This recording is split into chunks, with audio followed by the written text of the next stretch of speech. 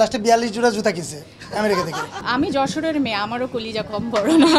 ভাই ফ্যামিলি মানে তো প্যারা, কিন্তু ওটা না, ভালোবাসা তো আছে আলাদা। আমি প্যারা দেই না, ভালো গুণ হিসাবে সে প্রচন্ড কেয়ারি। বড় ভাই আছে সাকিব ভাই, ভাইয়া যদি শুধু ঈদ ছাড়া যদি ঈদের বাইরেও দুই একটা ছবি দিত। এই ছবিগুলোই যেন ঈদের বাইরেও আমরা পাই। আমরা কোনো আর্টিস্ট আমার কোথাও গেলে তার এই বাধা ওই বাধা লেগেই আছে সব কিছুতে। অ্যাকচুয়ালি ঈদের চলচ্চিত্র সবসময় আমাদের মনকে এত বেশি আনন্দময় করে তোলে যে আমরা মনে করি এই বুঝি এবার আমরা ঘুরে দাঁড়াচ্ছি, কিন্তু ঈদটা শেষ হওয়ার পরে আমরা কেন যেন সেই জায়গাটা থেকে বেরিয়ে যাই। বিকজ একটাই, সেটা হচ্ছে আমরা সবাই ঈদকেই কেন্দ্র করি। কেন নয়, বাংলা চলচ্চিত্রকে রক্ষার দায়িত্ব আমরা কেন সবাই নিতে পারি না? কেন আমরা ঈদকে টার্গেট করি? কেন আমরা আরও যাদের যে হিরোদের ছবি আমরা ঈদে দেখছি তাদের ছবি কেন অন্তত বছরে আর 3টা ছবি দেখতে পারি না আমরা? তাহলে অন্তত আমাদের দর্শকরা তো সবাই, আমার বড় ভাই আছেন সাকিব ভাই, ভাইয়া যদি শুধু ঈদ ছাড়া যদি ঈদের বাইরেও দুই একটা ছবি দিত, ওনার বাংলাদেশে যে পরিমাণে ফ্যানবেজ আছে তারা তো বসে থাকে, তার শুধু 1 বছর ওয়েট করে না একটা ছবির জন্য। তাদেরকে 6 মাস 2 মাস পরপর ছবি দিলেই তারা কিন্তু হলে যাবে। সেক্ষেত্রে আমার হলের দর্শকরা বাড়তো, হলগুলো ভালো থাকতো, আমার চলচ্চিত্র ইন্ডাস্ট্রিগুলো ভালো থাকতো, সব কিছু মিলিয়ে আমার প্রযোজকরা 2টা টাকা পেত। আমরা কেন শুধু ঈদকেই টার্গেট করি? সো আমার কাছে মনে হয় যে ঈদে 2-3 জন প্রডিউসার হয়তো টাকা ব্যাক করবে। আমার মনে হয় যারা ঈদের পরে ছবি রিলিজ দেয় ওরাই চলচ্চিত্রকে আসল ভালোবাসে, আমার কাছে তাই মনে হয়। আমাদের তো দুইটা ঈদ যেটা আমরা হচ্ছে মানে এটাই আমাদের একটা মানে ভালো লাগার একটা ব্যাপার। সেটা হচ্ছে সেখানে আমরা বাংলা চলচ্চিত্রের জন্য ঈদের জন্য কিন্তু ওয়েট করি, হ্যাঁ, যে ঈদে কি ছবি আসছে।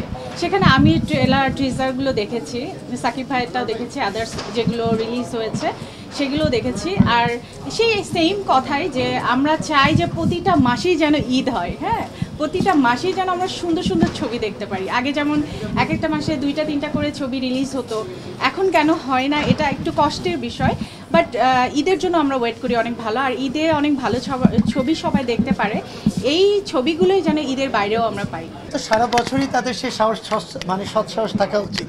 ঈদ আসলেই যে বিজনেস করবে, ঈদ আসলেই যে বিজনেস করা সম্ভব তা, আর ঈদের পরে সম্ভব না, তাহলে এটা তো দুর্বলতা কাজ করবে। তাহলে না, আমাদের প্রযোজক যেমন হইতে পারে সে ছবিগুলোর বাজেট 3 কোটি 4 কোটি টাকা হতে পারে, কিন্তু আমাদের ছবিগুলোর বাজেট তো 1 কোটি টাকা।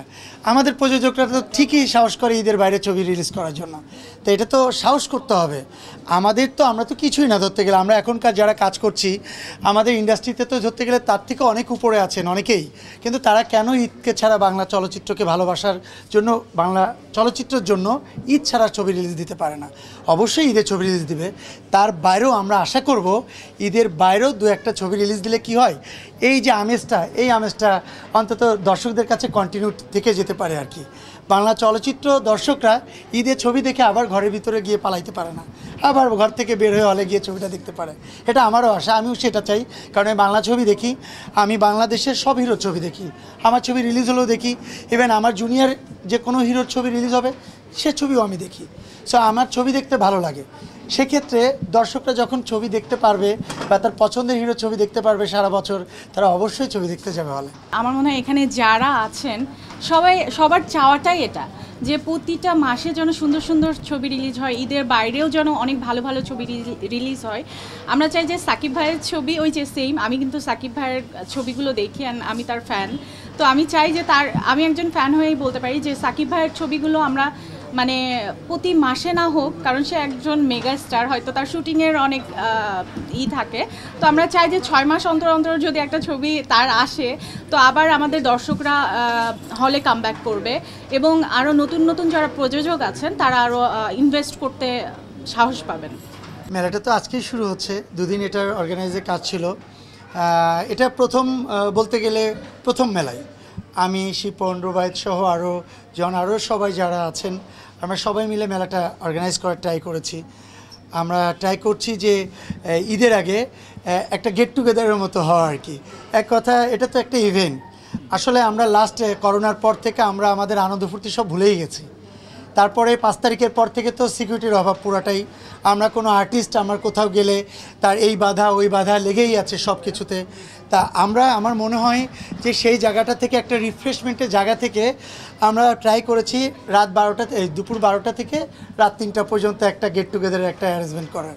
সেক্ষেত্রে সব বড় বড় ব্র্যান্ডগুলোকে আমরা ইনভাইট করেছিলাম। আমাদের এখানে অনেক ব্র্যান্ড আসছে, আমাদের এই বিশ্বরং থেকে শুরু করে সিগনেচার, কিজুনা বাই যারা, আরও অনেক ভালো ভালো ব্র্যান্ড আসছে এখানে। আমার মনে হয় এটা একটা গেট টুগেদারের মতো হবে। আবার সব জায়গায় একটা মানে এক কথা একজন কাস্টমার মেলাকে কেন্দ্র করে একটা জায়গায় আসলে সে তার ইফতারি সহকারে সেহরি পর্যন্ত করে এখান থেকে পুরো প্যাকেজটা নিয়ে তার ইচ্ছা মতো মার্কেটিং করে চলে যেতে পারবে, এরকম একটা প্ল্যানিং। প্রথমে 3 দিনের ছিল, এরপর আস্তে আস্তে আমাদের প্ল্যানিং হলো যে আমরা 10 দিন ব্যাপী মেলাটা করি। সো দেখা যাক কী হয়। আমাদের 3টা স্লটে আমাদের হচ্ছে 3 দিন এবং 10 দিন, টোটাল 3টা স্লটে আমাদের এখানে স্টলগুলো বুকিং চলছে। মোটামুটি সবগুলো স্টলই বুকিং শেষ, 2-1টা হাতে গোনা আছে, হয়তো বা কাল পরশু সেটাও হয়ে যাবে। আর আমাদের এখানে সব সেলিব্রিটিদের ক্রাউড থাকবে। আশা করছি 28 তারিখ পর্যন্ত প্রতিদিনই 5-10 জন করে আমাদের সিঙ্গার অ্যাসোসিয়েশন বলেন বা ওদের সার্কেল বলেন, এরপরে নাটক বলেন, চলচ্চিত্র বলেন, সব জায়গা থেকে ইনশাল্লাহ সব সেলিব্রিটিদেরই এটা আড্ডার স্থল, এটা আমি মনে করি। যেখানে আমরা সবাই একসাথে থাকবো, আমার মনে হয় সেই জায়গাটা আরও বেশি প্রাণবন্ত হবে, এটা আমার বিশ্বাস। এটা আমাদের হচ্ছে গুলশান শুটিং ক্লাব, পুলিশ প্লাজার পাশেই। আপনারা সবাই গুগলে গুলশান শুটিং ক্লাব দিলেই পেয়ে যাবেন। সো চলে আসবেন ইনশাল্লাহ। অনেক মজার জায়গাও এটা, বিকজ আমাদের স্টল ছাড়াও আমাদের স্টলের বাইরে আমাদের অনেক ফুড কোর্ট বসেছে একটা। সে ফুড কোর্টে অনেক ভালো ভালো হাজি বিরিয়ানি থেকে শুরু করে, এরপরে আমাদের নিজেও দিয়েছে আমাদেরই ভাবলাম এক কিনারে রেডি করি। এরপরে আপনার ভাগ্য গণনা থেকে শুরু করে, এগুলো জাস্ট ফান আর কি। এরপর টিয়া পাখিতে ভাগ্য গণনা আছে, শুটিং আছে, এরপরে হচ্ছে বায়োস্কোপ আছে, আর অনেক ধরনের আমাদের সেই 60 সালে ফিরে যাওয়ার মতো অনেক কিছু স্মৃতিবহল জিনিস আমরা এখানে হাজির করেছি। সো অনেক এনজয় করতে পারবেন। আপনাদের বাচ্চাদেরকে নিয়ে আসলে অন্তত 4-5 ঘন্টা মার্কেটে গেলে আপনাদেরকে বাচ্চাকে সামলাইতেই সময় চলে যায়, মার্কেটিং করতে পারেন না। বাট এখানে বাচ্চাকে সামলানোর জন্য জায়গা আছে। আপনারা জাস্ট আসবেন, বাচ্চার মতো খেলবে, আপনারা মার্কেটিং করবেন। আমাকে দুষ্টামি করে জোর করে আপনারা ধরে নিয়ে গেছিলেন একটু আগে, আমি করেছি। বাট আমার মনে হয় সবই একটাই লেখা, যে আল্লাহ পাক আপনাকে ভালো রাখবে, ভালো করবেন, ভালো কাজ করবেন। বিষয়টা এরকম আর কি, যে আপনি ভালো কাজ করবেন, সবাইকে সাহায্য সহযোগিতা করবেন, আল্লাহ পাক আপনার ভালো করবে।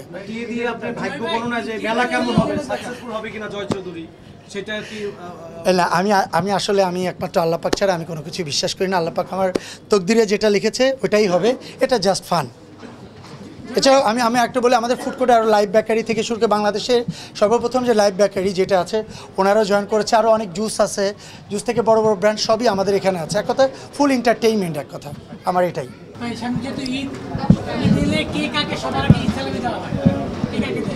আমাকে দেবে, এটা পৃথিবীর ইতিহাসে কোথাও দেখছেন আপনি?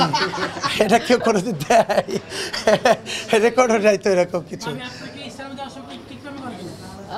এখন তো বড় হয়ে গিয়েছি, তো এখন হ্যাঁ ছোটোবেলায়, যেহেতু 12 বছর আগের ব্যাপার, 12 বছর আগে বিয়ে হয়েছে, তো তখন সালাম দিতাম, তখন আমিও তাকে সালামি দিতাম, সেও আমাকে সালামি দিত। এখন আসলে ওই ব্যাপারটা নেই, সে বলে যে যাও মার্কেট করে আসো, বা কখনো আমরা একসাথে শপিং করতে যাই, এটাই। আর এখন সালামি দেওয়াই হয় সবাইকে। সে আমি আবার নতুন টাকা গুলিস্তান থেকে ব্যাংক থেকে পাঠিয়ে দেয়। আর যে ব্যাংক থেকে যদি দেখে কালেকশন করতে কম হয়ে যাচ্ছে, আমি আবার গুলিস্তান থেকে টাকা নিয়ে আসি। তার সবাই এই নতুন টাকার পিছনে ঘোরে আর কি, এটাই। আমি সালামি কত টাকা পেয়েছি এটা থাক না, অ্যামাউন্ট না বলি, বাট মানে আলহামদুলিল্লাহ আমি সালামি দিতেই বেশি পছন্দ করি। আল্লাহ আমাকে এতটুকু সামর্থ্য দিয়েছে যে আমি সবাইকে সালামি দেই, এটা আমি প্রাউড ফিল করি যে আমি এখন সালামি দেই। একজন চিত্রনায়িকা বলেছেন সে সালামি 5-6 লাখ টাকা পায়, এটা আপনি কি এই ব্যাপারে অবগত আছেন? পেতেই পারে, এটা তার বাবা মা ফ্যামিলি সবাই হয়তো মানে সবাই যখন একসাথে থাকবে না, 100-200 টাকা করতে করতে করতে করতে না আমারও অনেক টাকা হয়ে যায়, ঠিক আছে? তো 5 লাখ টাকা না, এটা না না না, আমি একটা কথা বলি, তোমার বাবা তোমাকে দেখা যাচ্ছে যে 500 টাকা দিল, এটা ভালোবাসা থেকে ফ্যামিলি থেকে দিছে আর কি। এটা আমি নেগেটিভ ভাবে দেখি না। আমি যশোরের মেয়ে, আমারও কলিজা কম বড় না। এমন কি হয়েছে কিনা যে আপনি দামে ড্রেস কিনতে গেছেন কিন্তু কোনোদিনই মানা করে না সে ভাই সবসময় লাস্ট আমেরিকাতে গিয়ে এমন একটা অবস্থা আর হয়েছে বইলো না প্লিজ এটা ইন্টারভিউ যেহেতু অনেকদিন থাকবো সেহেতু প্ল্যান ছিল যে মার্কেটিংটা করব হচ্ছে আসার 2 দিন আগে, আর বইলো কারণ না ডলারের ব্যাপার ট্যাপার আছে অনেক কিছু, আমরা তো যে- অনেক কোটি কোটি টাকার মালিক না, কারণ লাস্টে এসে ডলার এত বেশি বেঁচে গেছে, লাস্টে 42 জোড়া জুতা কিনছে আমেরিকা থেকে। এখন আমাদের গেস্টের সব আমেরিকাতে রেখে আসছে, শুধু লাগেজ ভরে জুতা নিয়ে আসতে হয়েছে। আমাকে ফার্স্টেই এই কোশ্চেন করে আপু আপনি নাকি 42 জোড়া জুতো কিনছেন তো না আসলে কি তার ফল্ট এটা ছিল।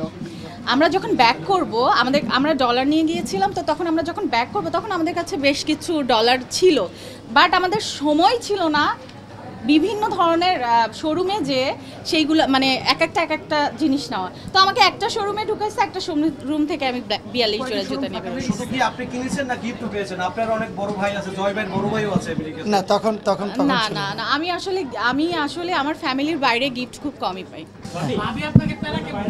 আল্লাহ প্যারা বলতে ভাই ফ্যামিলি মানে তো প্যারা, কিন্তু ওটা না, ভালোবাসা তো আছে আলাদা, সেটা না প্যারা বলতে গেলে কোন ধরনের প্যারা আমি এটা বুঝি নাই, আমি আসলে ওই ধরনের প্যারা আমি একটা উপলব্ধি করি কথা না। বলি, নায়ক হিসাবে জয় যেভাবে আপনাদের সাথে ফিল্মের সাথে এফডিসির সাথে ওতপ্রোতভাবে দেখা যাচ্ছে এফডিসিতে একটা গাছ লাগাবে সেখানেও জয় আছে, তো এইটা যদি আমি প্যারা দিতাম তাহলে কি এটা পসিবল ছিল কিনা?